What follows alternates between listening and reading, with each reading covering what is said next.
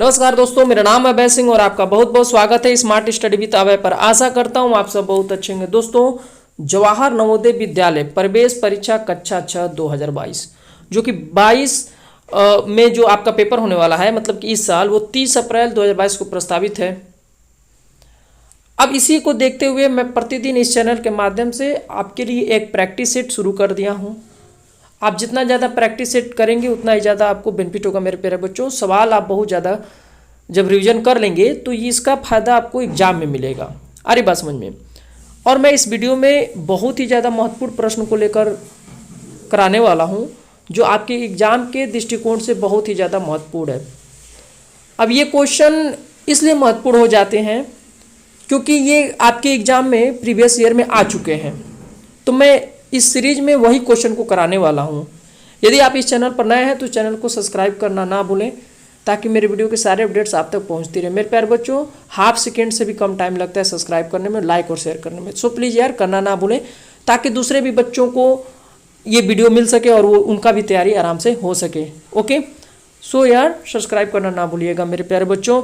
आप सबका आशीर्वाद ही इस चैनल को आगे लेके जाएगा। चलिए आइए हम क्वेश्चन को देखते हैं। क्वेश्चन नंबर फर्स्ट वाला देखिए यहाँ पर। क्वेश्चन नंबर फर्स्ट, 7 अंकों की बड़ी से बड़ी संख्या तथा 4 अंकों की छोटी से छोटी संख्या में कितना अंतर है। ओके, यहाँ पर देखिए क्वेश्चन नंबर 41। यहाँ पर देखिए एक्चुअली ये खंड दूसरा है, ठीक है ना, और यहाँ से 41 से स्टार्ट है। तो इसको आप ये मत समझिएगा कि 41 से क्यों स्टार्ट है, 1 से क्यों नहीं। तो आप इसको 1 ही समझिएगा क्योंकि ये सेकेंड खंड का उठाकर मैं मेंशन किया हूँ, ठीक है ना। क्वेश्चन को देखते हैं। 7 अंकों की बड़ी से बड़ी संख्या तथा 4 अंकों की छोटी से छोटी संख्या का अंतर ये पूछ रहा है। तो ध्यान दीजिएगा, आपको बस एक बात याद रखना है कि अगर मैं बड़ी से बड़ी संख्या कहेगा, चाहे वो 1 अंक का कहे, चाहे 2 अंक का कहे, चाहे 3 अंक का कहे, आपको सिर्फ 9 को ध्यान में रखना है, 9 को याद रखना है। अगर मैं 1 अंक की बड़ी से बड़ी संख्या कहेगा तो 9 लिख देंगे, 2 अंकों की बड़ी से बड़ी संख्या कहेगा तो 2 बार 9 लिख देंगे, 3 अंकों की बड़ी से बड़ी संख्या कहेगा तो 3 बार 9 लिख देंगे। इसी तरीके से आपको याद रखना है कि बड़ी से बड़ी संख्या लिखना हो तो 9 को केवल याद रखेंगे और जितना ज़्यादा कहेगा उतना बार हम जो है 9 को लिख देंगे, ठीक है ना। 4 अंकों की बड़ी से बड़ी संख्या कहेगा तो 4 बार हम 9 को लिख देंगे। ओके, इसी तरीके से सॉल्व किया जाता है। आगे बढ़ेंगे हम लोग। और इसके बाद इसी में पूछा है कि 4 अंकों की छोटी से छोटी संख्या में अंतर कितना होगा, यानी कि 7 अंकों की बड़ी से बड़ी संख्या लिखना चाहिए और इसके बाद 4 अंकों की छोटी से छोटी हमें लिखना चाहिए। इसके बाद इसको क्या करना है, हमें माइनस करना है, ठीक है। तो 4 अंकों की छोटी से छोटी संख्या क्या होगा मेरे प्यारे बच्चों, 1000 हो जाएगा, याद रखिएगा। 2 अंकों की छोटी संख्या 10 हो जाएगा, 3 अंकों की छोटी संख्या 100 हो जाएगा। आप इसको याद रखिएगा, ठीक है, हमेशा। आगे बढ़ेंगे हम लोग, इसको सॉल्व करेंगे। तो देखिए क्वेश्चन में पूछा गया था कि 7 अंकों की बड़ी से बड़ी संख्या, इसके बाद 4 अंकों की छोटी से छोटी संख्या का अंतर। तो पहले हम यहाँ पर लिख लिए 7 अंकों की बड़ी संख्या, इसके बाद 4 अंकों की बड़ी संख्या, फिर दोनों को हम लोग क्या करेंगे, माइनस कर देंगे। माइनस करने के बाद हम लोगों का देखिए उत्तर आ गया। यहाँ पर ऑप्शन नंबर डी वाला सही हो जाएगा। आप इसको घटा लीजिएगा, ठीक है ना, माइनस कर लीजिएगा, डिफरेंस निकल जाएगा। दूसरा क्वेश्चन है, 6 अंकों की बड़ी से बड़ी संख्या तथा 5 अंकों की बड़ी से बड़ी संख्या का क्या अंतर है। यहाँ पर देखिएगा, एक बार बड़ी से बड़ी संख्या बोला था और एक बार छोटी से छोटी संख्या लिखना था, ठीक है ना। छोटी से छोटी संख्या 4 अंकों की लिखनी थी और बड़ी से बड़ी संख्या 7 अंकों की लिखना था पहले वाले क्वेश्चन में। लेकिन हम इस क्वेश्चन में देख रहे हैं कि 6 अंकों की बड़ी से बड़ी संख्या लिखना है और इसके बाद 5 अंकों की बड़ी से बड़ी संख्या लिखना है। मतलब कि दोनों ही बड़ी से बड़ी संख्या लिखना है, लेकिन ऊपर क्या रहेगा, 6 अंकों की बड़ी संख्या लिखना है, ठीक है मेरे प्यारे बच्चों, 6 अंकों का। और नीचे 5 अंकों की लिखनी है बड़ी से बड़ी संख्या, यानी कि 5 बार 9 को लिख दीजिए। 1 2 3 4 5, इसको माइनस कर दीजिए। माइनस करेंगे, 9 में से 9 जीरो हो जाएगा, 9 में से 9 जीरो, ये भी जीरो, ये भी आपका जीरो हो जाएगा यहाँ पर, ठीक है। तो कुल मिला जुला कर जो आंसर आपका आ जाएगा वो भी आपका डी आ जाएगा। यहाँ पर देखिए सॉल्व किया हुआ है, आराम से यहाँ पर देख लेते हैं। देखिए 6 अंकों की बड़ी संख्या, यहाँ पर 6 बार 9 लिख दिया। 5 अंकों की बड़ी संख्या 5 बार 9 लिख दिया। इसके बाद दोनों को आप माइनस कर देंगे। माइनस करने के बाद ये ऑप्शन नंबर डी वाला सही उत्तर आ जाएगा, ठीक है। आगे बढ़ेंगे हम लोग क्वेश्चन नंबर 43 की तरफ। देखिए यहाँ पर क्वेश्चन नंबर 43 को, निम्न में से कौन सा 25 के बराबर नहीं है। ओके, यानी कि इसमें बोला है कि 3 ऐसे हैं जो क्या है 25 के बराबर है और एक ऐसा है जो 25 के बराबर नहीं है। तो ऑप्शन नंबर डी क्या है, वो 25 के बराबर नहीं है मेरे प्यारे बच्चों। देखिए कैसे, अब यहाँ पर ध्यान देंगे हम लोग, 24 लिखा है ना, यहाँ पे 24 है, प्लस है ब्रैकेट में 2 × 1 है, ऐसे करके दिया हुआ है। आप ध्यान से देखिएगा, यहाँ पर 24 हो जाएगा और प्लस यहाँ पर 2 × 1, ओके, तो ये हो जाएगा आपका 2। इस तरीके से टोटल जो आंसर होगा 24 और 2 कितना होगा 26, यानी कि ये 25 के बराबर नहीं क्योंकि 26 आ जा रहा है, बाकी ये जो तीनों है वो 25 आ जाएंगे, इसीलिए ये उत्तर नहीं होगा। ऑप्शन नंबर डी जो है 25 के बराबर नहीं है क्योंकि ये 26 आ जा रहा है। ओके, क्वेश्चन नंबर 44 को देखेंगे मेरे प्यारे बच्चों। यहाँ पर एक समीकरण दिया गया है और ये बताया गया है कि इसमें कौन सी वैल्यू रखने पर ये आपका आंसर आ जाएगा, यानी कि 4/3 सत्य होगा, ठीक है ना। कौन सा ऐसा मान हम रखें यहाँ पर, कौन सी वैल्यू रखें यहाँ पे। ओके, तो चलिए शुरू करते हैं इसको। यहाँ पर देखिए, इसको लिखने के लिए क्या करेंगे, ये जो है मिक्स फ्रैक्शन में है, यानी कि मिश्रित भिन्न में है। तो सबसे पहले इसको हम भिन्न में बदल लें, तो 11 का मल्टीप्लाई करिए 3 से और इसके बाद 7 को जोड़ दीजिए, तो 11 × 33 और 7 40 हो जाएगा मेरे प्यारे बच्चों। तो 40/11 हो जाएगा और इसको आप यहाँ पर लिख दीजिए। फिर इसके बाद 3/7 और ये x की वैल्यू हमें निकालनी है, ठीक है। तो देखिए यहाँ पर देखिए 40/11 मल्टीप्लाई बाई 11/5 इस ब्रैकेट में हो गया। तो इसको हम सॉल्व कर दें, पहले ये पहले वाला ब्रैकेट का ये कट जाएगा 11 से 11, 5 × 5 5 × 8 40, कितना आया इधर। इस सेक्शन को कटाने के बाद इधर आ गया आपका 8 और ये डिवाइड है ना, तो ये उल्टा हो जाता है मेरे प्यारे बच्चों, भाग नहीं होगा, यहाँ पर उल्टा हो जाएगा, मल्टीप्लाई करके 60/3 हो जाएगा, 7/3 हो जाएगा, ठीक है ना, 7/3 हो जाएगा। क्योंकि देखिए जो भिन्न का डिवीजन होता है उसमें होता क्या है कि वो मल्टीप्लाई हो जाता है लेकिन वो संख्या पलट जाती है, ठीक है ना, उल्टा हो जाता है। ओके, और ये एक्स जो वैल्यू रखी गई है वो तो एक्स इसके साथ ही रहेगा, /4/3। ओके, अब इतना तक कर लेंगे, आगे बढ़ेंगे हम लोग। आगे बढ़ने के बाद x की वैल्यू निकाल देंगे, यहाँ पर 8 × 7 = 56, ओके, और ये 3 से 3 कट जाएगा और 8 × 7 कितना हो जाएगा, यहाँ पर 56, 56/4, तो 14 × 4 = 56, तो x की वैल्यू कितनी आ गई 14 आ गई, यहाँ पर आंसर आ गया, ठीक है ना। आगे बढ़ेंगे क्वेश्चन नंबर 45 की तरफ मेरे प्यारे बच्चों। 45 को देखिए, 45, 60 तथा 75 के महत्तम समापवर्तक तथा लघुत्तम समापवर्त का योगफल क्या होगा। यानी कि एक बार हमें 45, 60, 75 का HCF निकालना है, इसके बाद LCM निकालना है और इसके बाद जितना LCM और उसका HCF आएगा उसे हम क्या करेंगे, जोड़ देंगे, वही हमारा आंसर हो जाएगा मेरे प्यारे बच्चों।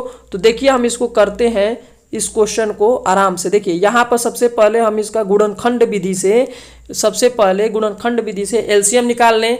तो देखिए इसको कटाएंगे यहाँ पर, ठीक है, यहाँ पर कटाएंगे 40, ऐसे 40, 60 और इसके बाद 75 को कटा दीजिए इस तरीके से। ओके, जैसे ये भाग देना शुरू करेंगे तो एक एक यहाँ पे कटता चला जाएगा। तो सबसे पहले हम लोग उठाते हैं इसको, 3 से कटाते हैं, ठीक है ना, 3 से कटाते हैं। यहाँ पर देखिए 3 से कटाइए, 40 तो नहीं जाएगा, तो 40 ये माफ़ करिएगा, यहाँ पर 45 है मेरे दोस्तों, ठीक है ना। तो ये 15 से कट जाएगा, 15 × 3 = 45, 1 सेकेंड रुकिए, ये 45 है, मैं ध्यान नहीं दिया था, 45 हो गया, 60 था और इसके बाद 75 था, ठीक है। इसको ऐसे कर लीजिए, 3 से कटाइए, 15 × 3 = 45 हो गया और 20 × 3 = 60 हो गया और 25 × 3 = 75, ओके, ये हो गया। फिर इसके बाद 5 से कटा दीजिए, 5 × 3 = 15, 5 × 4 = 20 और 50 = 25, ठीक है। फिर इसके बाद 3 से कटा दीजिए, 3 × 1 = 3, ये 4 हो जाएगा और इसके बाद यहाँ पर 5 हो जाएगा, ठीक है, 5 यहाँ तक देखिए। इसके बाद 2 से कटा देंगे, 2 × 1 = 2, 2 × 2 = 4 और यहाँ पर 5 तो ऐसे ही रहेगा। फिर इसके बाद 2 से एक बार और कटा दीजिए, ये 1 हो जाएगा, ये भी 1 और इसके बाद 5 आ जाएगा। फिर 5 से लास्ट में कटा देंगे तो तीनों यहाँ पर लास्ट में 1 1 आ जाएगा, यानी कि कट जाएगा पूरा पूरा। फिर इसके बाद इसका एलसीएम क्या होगा, तो देखिए एलसीएम निकालने के लिए इन सब का आपस में क्या करते हैं, मल्टीप्लाई कर देते हैं। तो टोटल जब मल्टीप्लाई करेंगे तो 900 हो जाएगा मेरे प्यारे बच्चों, ठीक है, 900 हो जाएगा। और जो महत्तम समापवर्तक जो होगा यानी कि HCF, एलसीएम तो मान लीजिए 900 निकल गया, क्योंकि इन सब तीनों में जो है ये जितना आया उसको मल्टीप्लाई कर देंगे। बाकी जो HCF आप निकालेंगे तो पहले तीनों में मिलाते हैं कि कौन कौन सा गुणनखंड में नंबर मिल रहा है। तो आप देखिए इसको 5 को जब देखेंगे तो तीनों में मिल रहा है, और इसके बाद 3 भी जो है 3 यहाँ पर देखिए, यहाँ पर 45 वाले में भी 3 है, 60 वाले में भी 3 है, और 75 वाले में भी 3 मिल जा रहा है। यानी कि आपका जो महत्तम समापवर्तक हो जाएगा वो 3 × 5 यानी कि 15 हो जाएगा HCF, और LCM हो जाएगा आपका 900। तो 900 आप प्लस 15 बराबर हो जाएगा 915 इसका आंसर, यानी कि ऑप्शन नंबर सी सही आंसर हो जाएगा। आगे बढ़ेंगे हम लोग क्वेश्चन नंबर 46 की तरफ बढ़ेंगे मेरे प्यारे बच्चों।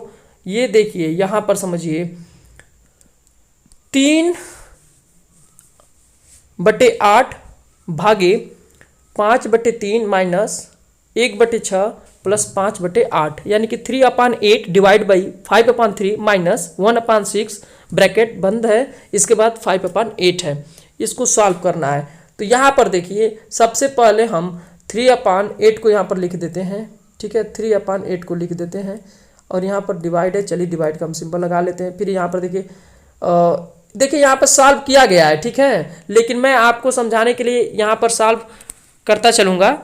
यदि आप ये डिलीट हो जा रहा है, मान लीजिए ऐसे में किया तो ये डिलीट भी हो जा रहा है, तो आप यहाँ से भी देख सकते हैं प्रोसेस एकदम सेम है मेरे प्यारे बच्चों।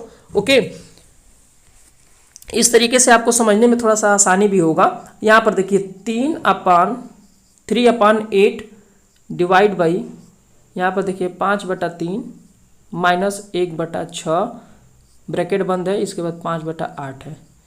इसका हम एलसीएम लेंगे, 3 दूना के 6 हो जाएगा।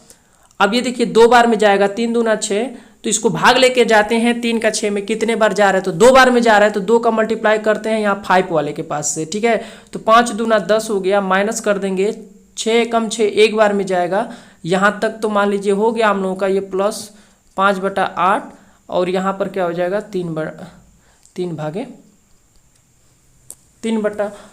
भागे, ठीक है ना, यहाँ पर भागा का सिंबल लगा देंगे, तो टोटल इतना हो गया।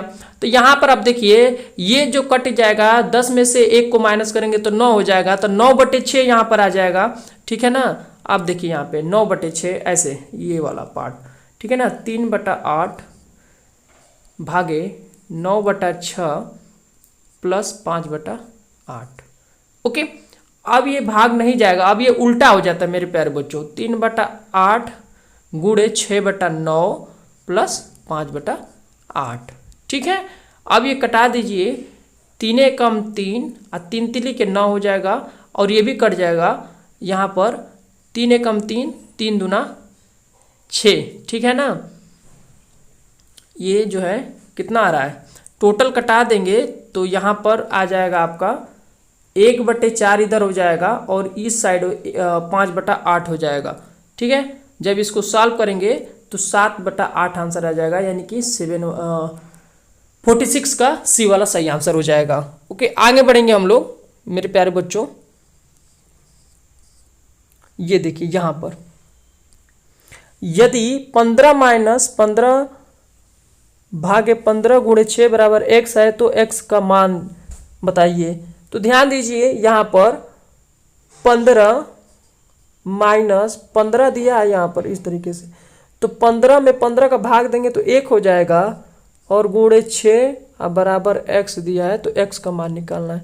तो ध्यान दीजिएगा यहाँ पे 15 तो ये लिख ही लेंगे, और 6 में 1 का गुणा करेंगे तो वो 6 ही हो जाएगा, और बराबर x, ठीक है। अब 15 में से 6 को माइनस कर दीजिए तो 9 आ जाएगा, यानी कि x की वैल्यू कितनी आ गई, 9 आ गई। तो ऑप्शन सी आपका सही आंसर हो जाएगा। चलिए क्वेश्चन नंबर 48 को देखते हैं मेरे प्यारे बच्चों।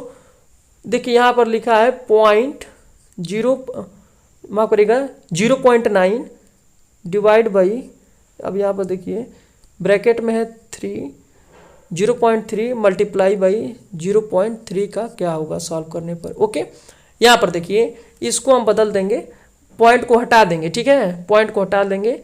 ये एक अंक पे दशमलव लगा है तो यहाँ पर हो जाएगा 9/10 और यहाँ पर ब्रैकेट को भी देख लेते हैं अंदर वाला।